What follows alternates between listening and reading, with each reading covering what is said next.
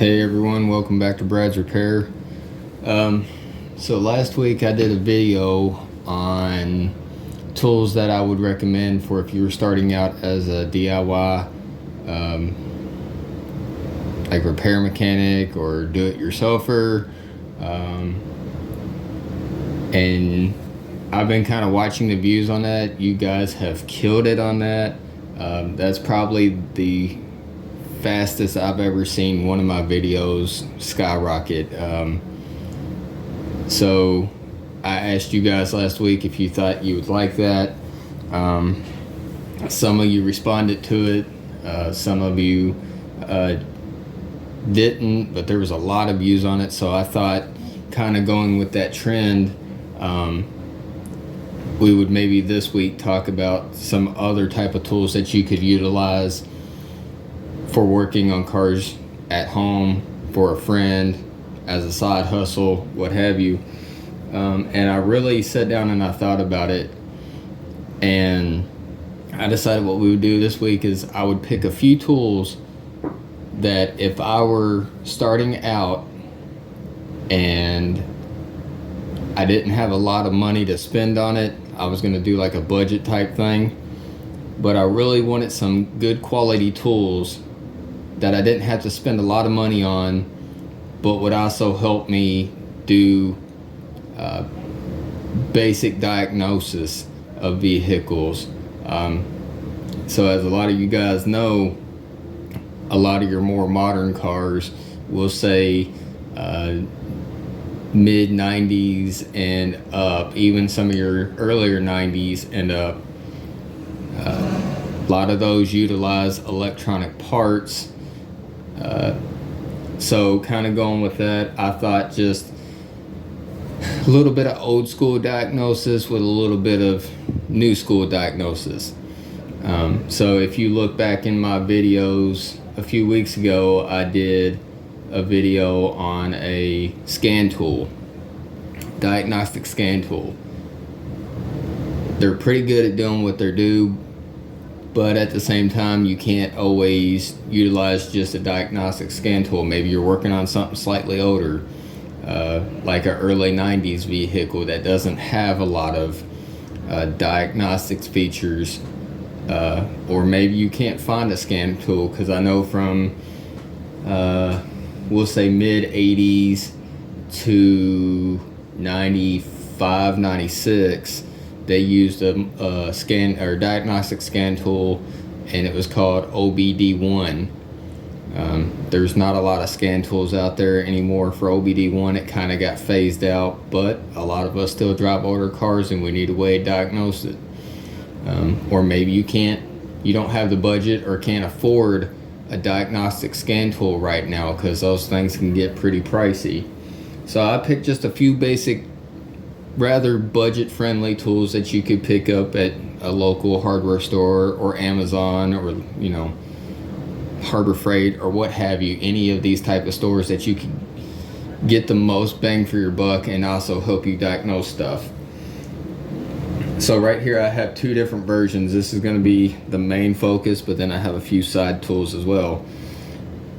If I was going to start out and do basic diagnosis on a vehicle for almost anything, especially electronic, or maybe you have that significant other or yourself that is a DIYer, this right here, see if I can get you a better view of that. This is a multimeter. Let's see if I can get you up just a little bit better there. There we go. And I have two different versions of this just to kind of show you on a price spectrum here. These are great for automotive diagnostics, but they're also great for home diagnostics as well. So if you have electrical outlets or simple little things like that, these will be great for that. On the left we have one that's rather basic, and then on the right we have one that has quite a few more features to it. They basically do the exact same thing, just one's going to do a few more than the other. So we'll start out with this one. This one you could pick up at any local hardware store, or even such as places like Harbor Freight. I know I bring up Harbor Freight a lot. I'm not sponsored by them. I just really like Harbor Freight. If Harbor Freight wants to sponsor me though, get at me. Send me an email or hit me up some way. I would love to be sponsored by Harbor Freight, especially with as much money as I spend there. But as you'll see, going down through here, there's all kinds of numbers, all kinds of symbols, and they have two wires coming off from it that go into what they call leads. You have a positive being red, and you have a negative for the black. So looking at a couple of different things on here, you have your volts DC, you have your volts AC, you have your amps DC, milliamps, battery testing. So like this one can do 9-volt batteries, AA's, AAA's, what have you. So, and then you'll see that there's 3 different connections here. So you have your basic common, which is considered your ground, and then you have a middle lead for your red, which is for your volts, milliamps, ohms, things of that. And then you have one over here that is going to be a 10 amp max. This is going to be utilized for a lot of circuits, relays, things of that nature in your vehicles. This is a pretty basic one. You can pick this thing up. I think when I picked it up, paid maybe, I got this one from Walmart. I think I paid maybe $15-20 for it. And believe it or not, at $15-20, this is what I started out with. It does dang near just as much as this one does. This one's just a little bit fancier, and we'll get more into this one. With this one, you see instead of 3 connection points, we actually have 4 connection or lead points on this one. Each one will actually read out what it does.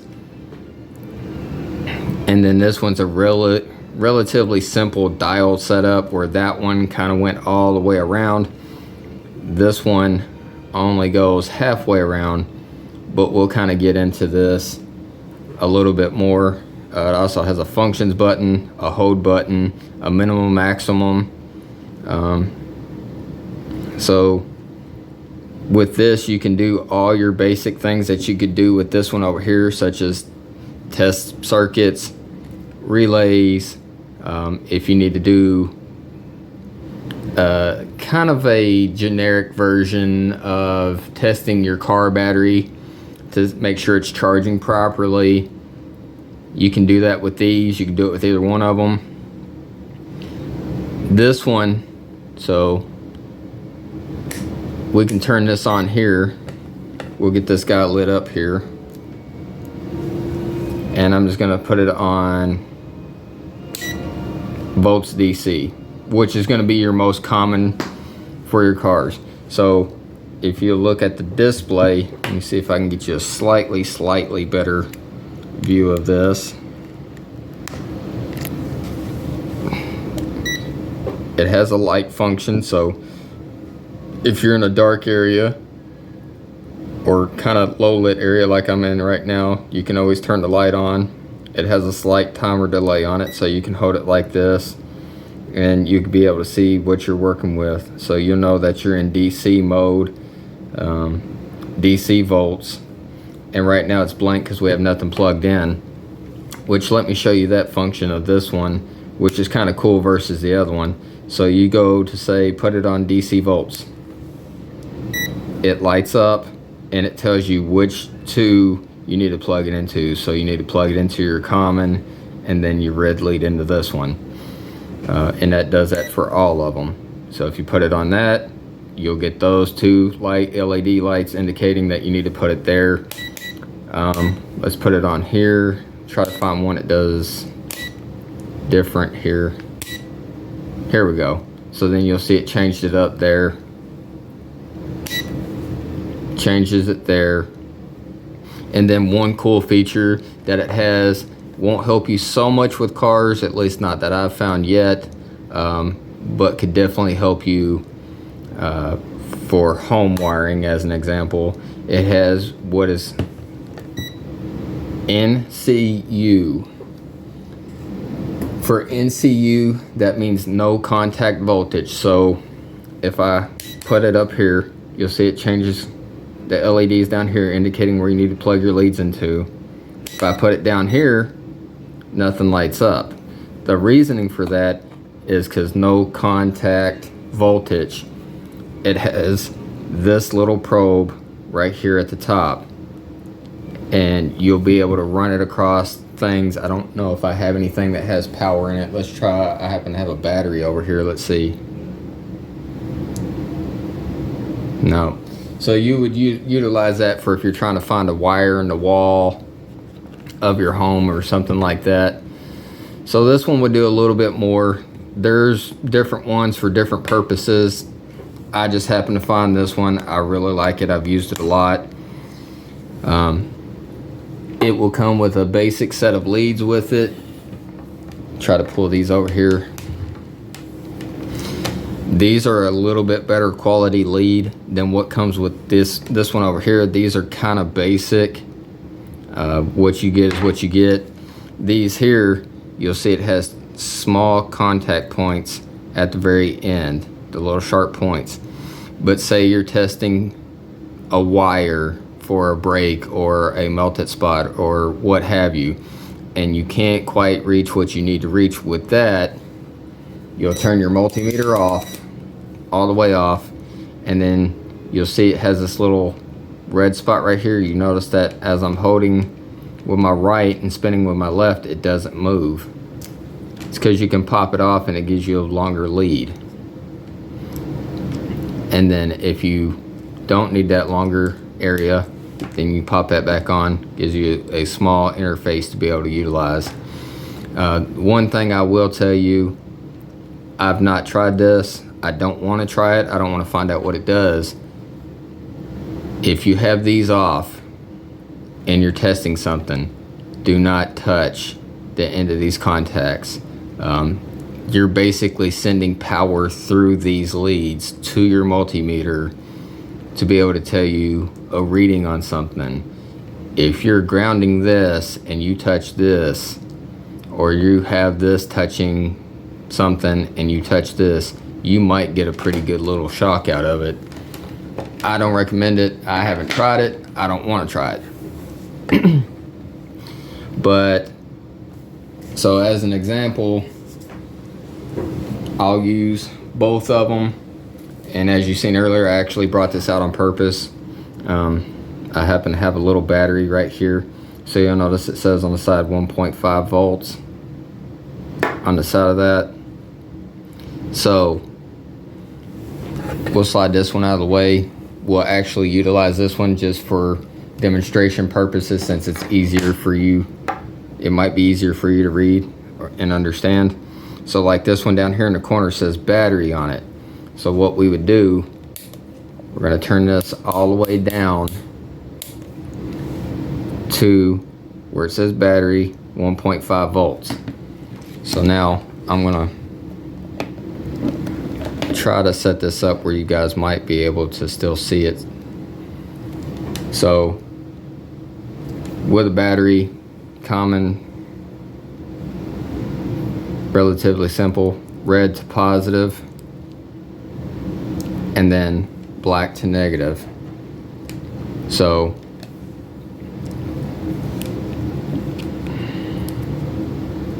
I'm gonna try to do this the best I can. Maybe I'll just test it on the table and then you guys can just see the digital readout of it. We'll try that.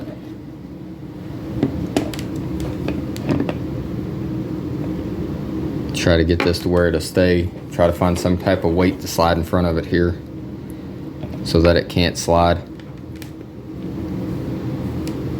So then I'm gonna pull this battery off to the side where I can get to it better. So we're gonna put red on positive, black on negative.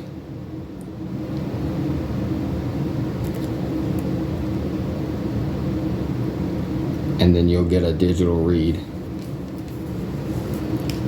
to a certain degree. And then you'd basically, if this was a circuit that you were trying to find, or if you were trying to find out if this battery was good or not, you would take your reading, base that off of whatever the reading should be, which you could Google. So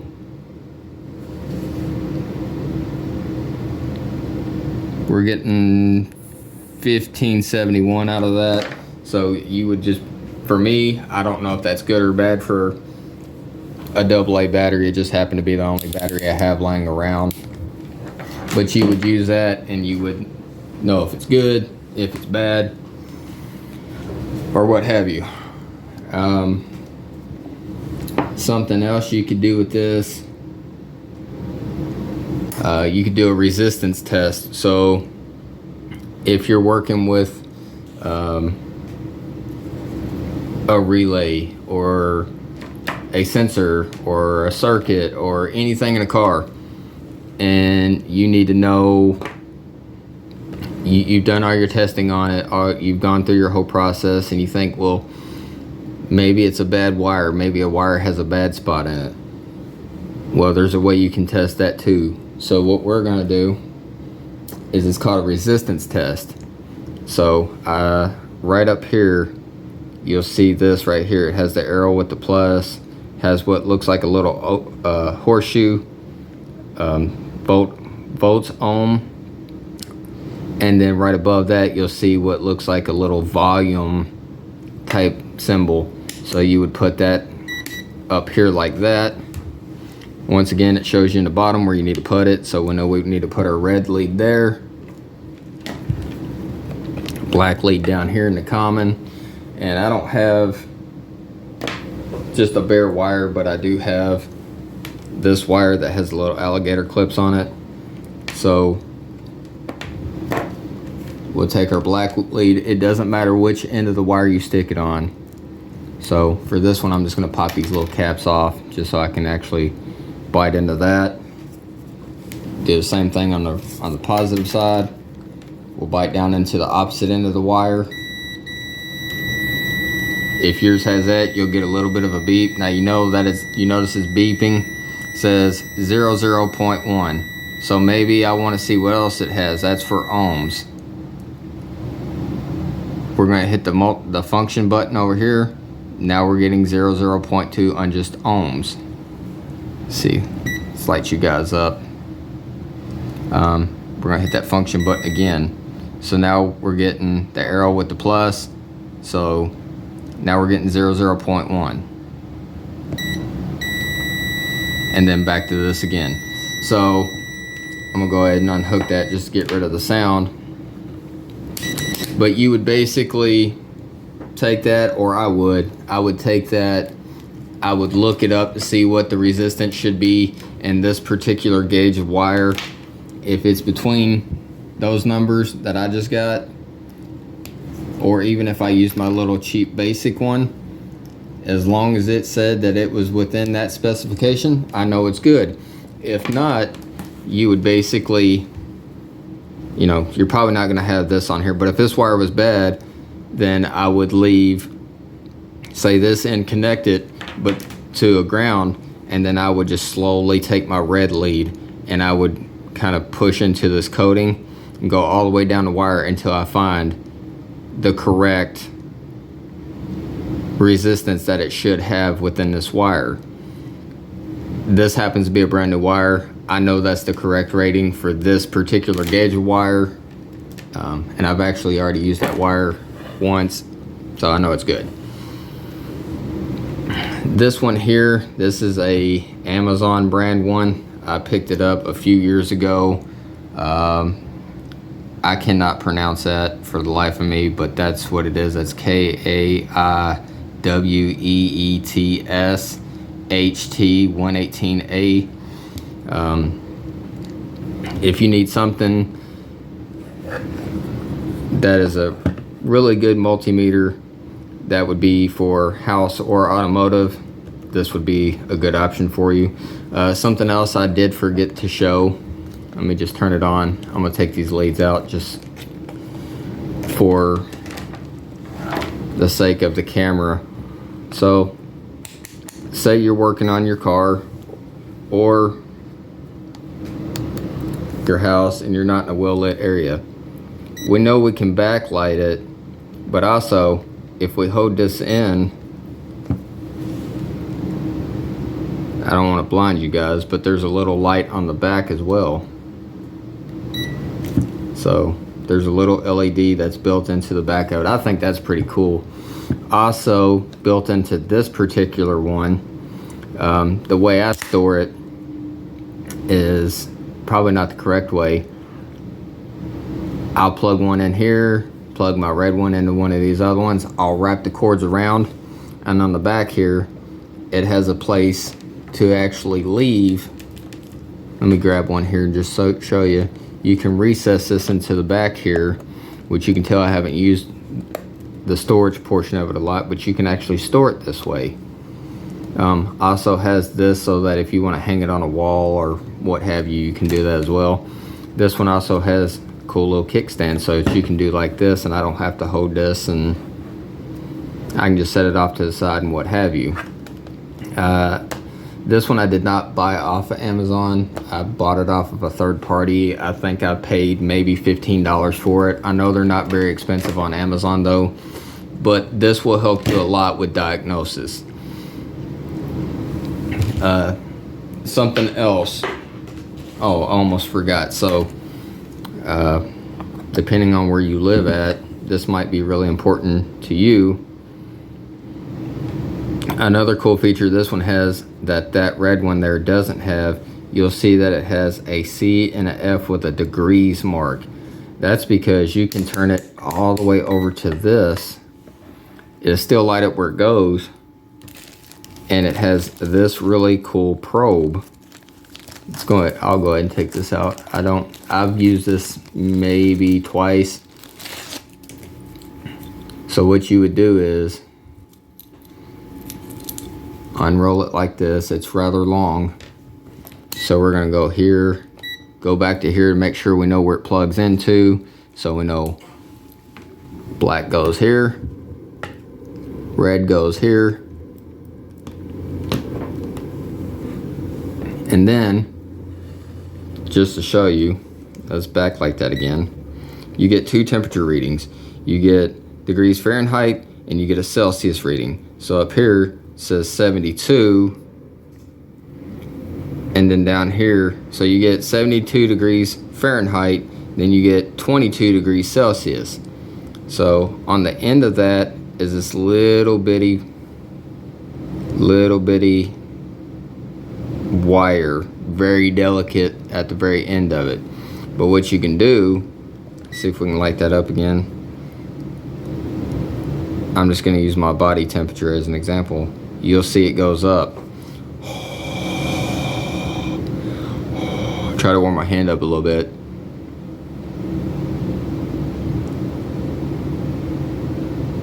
Now you can see it's kind of jumping around a little bit. We're about 75 degrees Fahrenheit, 23 degrees Celsius, which is good because not everybody runs in degrees, not everybody runs in Celsius. But you might be asking, what is this good for? Well, let me give you a few examples of what I've used it for. Say you get in your car during the summertime, you turn your AC on, and it doesn't quite feel cold enough to you.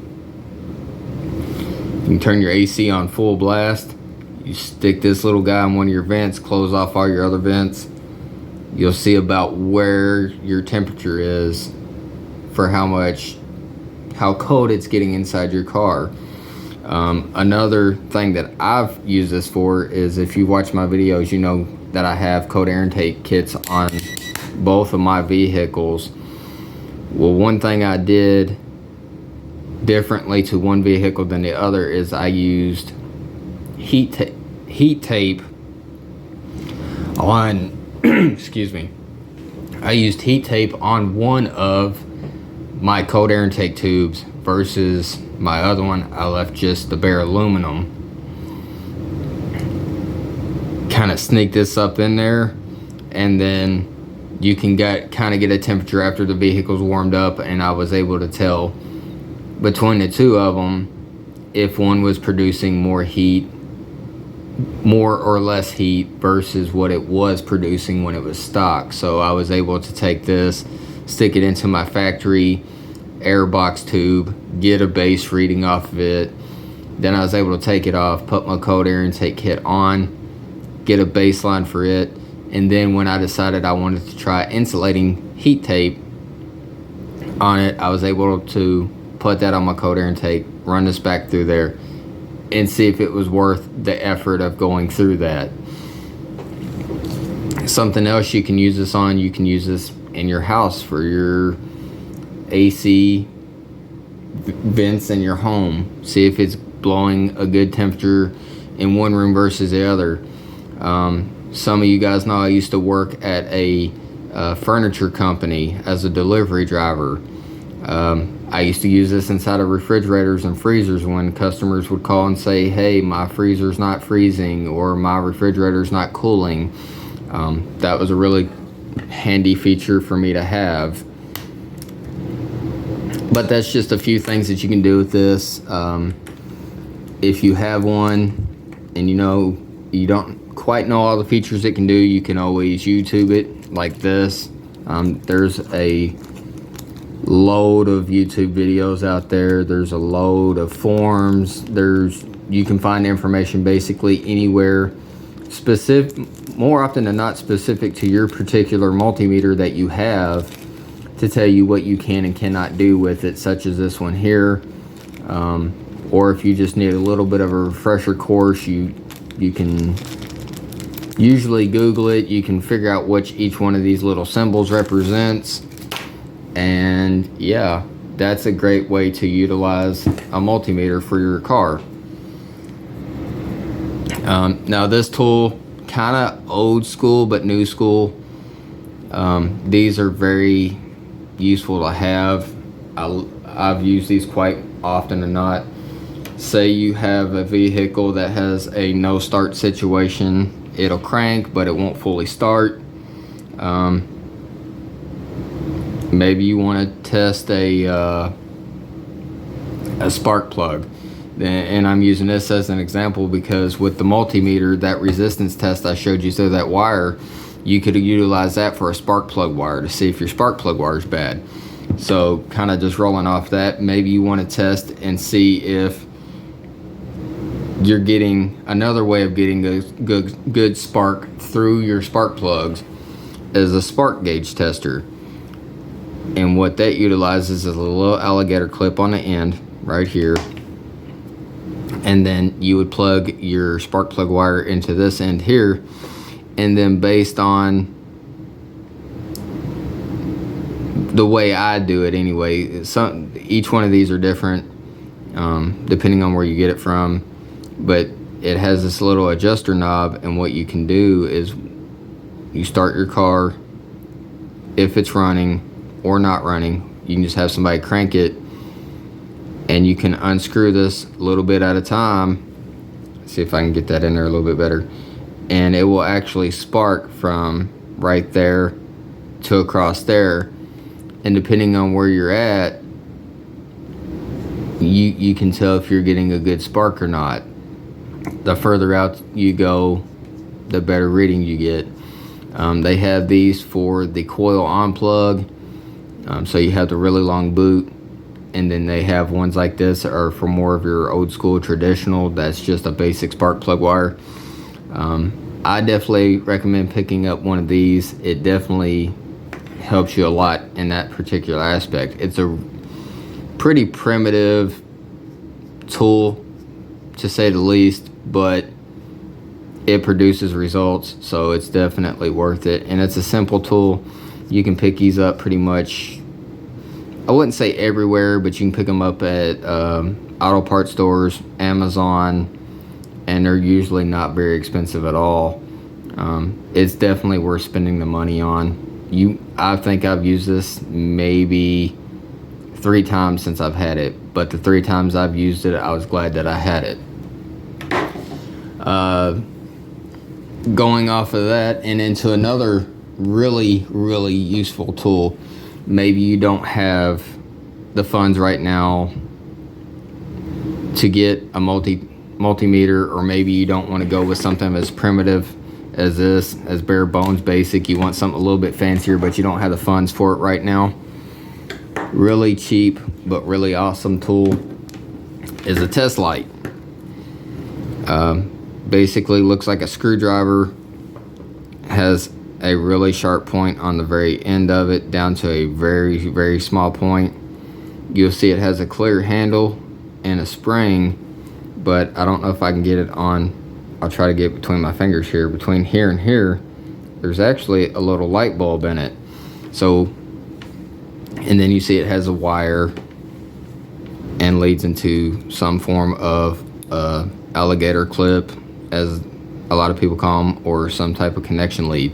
So what you would do with this guy here, you would find a place on your car, a bolt, a stud, wherever that's not completely rusted, has really good clean metal, and you would lock this onto it as a ground. And then say you need to test a fuse to see if it's blown, because you don't want to sit there and fight those little devils out of their sockets, because more often than not they're kind of a pain. Or maybe you just want to narrow it down to that specific one without pulling out every single fuse.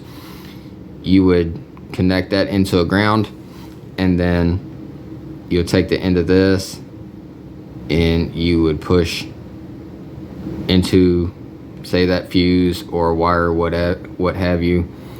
And if it does nothing, which in this case it's clearly not going to, but if my finger was a fuse, you know, it has 2 contact sides. You'd push on one or the other. So if this was a fuse, I'm pushing in 2 different spots on the contact point of the fuse. It's not lighting up. That fuse is bad. If I pushed on one side or the other and this lit up, I know I'm getting full contact and power through that particular fuse. You can do the same thing with a wire. I'll use this as an example. I'm not going to actually push it through, but if you needed to see if you had power, you would take that really sharp point there, and you would just kind of probe it into the wire. You can do it on connectors too. You can take where your connector would be at and where your wires would come out, and what they call back probe, and you would slide it into there very delicately without doing any damage. If it lights up, you know you got power. Or if you slide it in there and it does nothing, it's possibly a ground, or you might possibly have a bad connection point. All in all, these are 3 basic tools that you could utilize to help you out with diagnosing vehicles without spending a lot of money. Like I said, this is a Harbor Freight test light, but it has a really thick gauge cable on it, which I really enjoy. A lot of them don't have a good thick wire on them, and are usually pretty crappy. Good thing is about this one too is it is replaceable for the light bulb. If it was to ever get damaged or broken, you can just unscrew it here and then replace it and be fine. Test lights usually range anywhere between, we'll say, $5 and I think the most expensive I've seen is about $30. This one's a really good thick gauge, has a really nice strong alligator clip on the end of it, very strong. Got this from Harbor Freight for about, I think I paid $8 for this guy right here. The multimeters, like this guy right here, this is pretty simple. You can find this in the automotive section of Walmart. For this particular one here, there's not a model number or anything for me to unfortunately give you. This little basic guy right here, I think was about $15 or $20. Same with the bigger guy here. This is going to be one of those Amazon specials. but there's all kinds of multimeters out there, just depending on your particular needs. These two just happen to fit mine. The fancier ones, you might range anywhere between $25 and say upwards of a couple $100.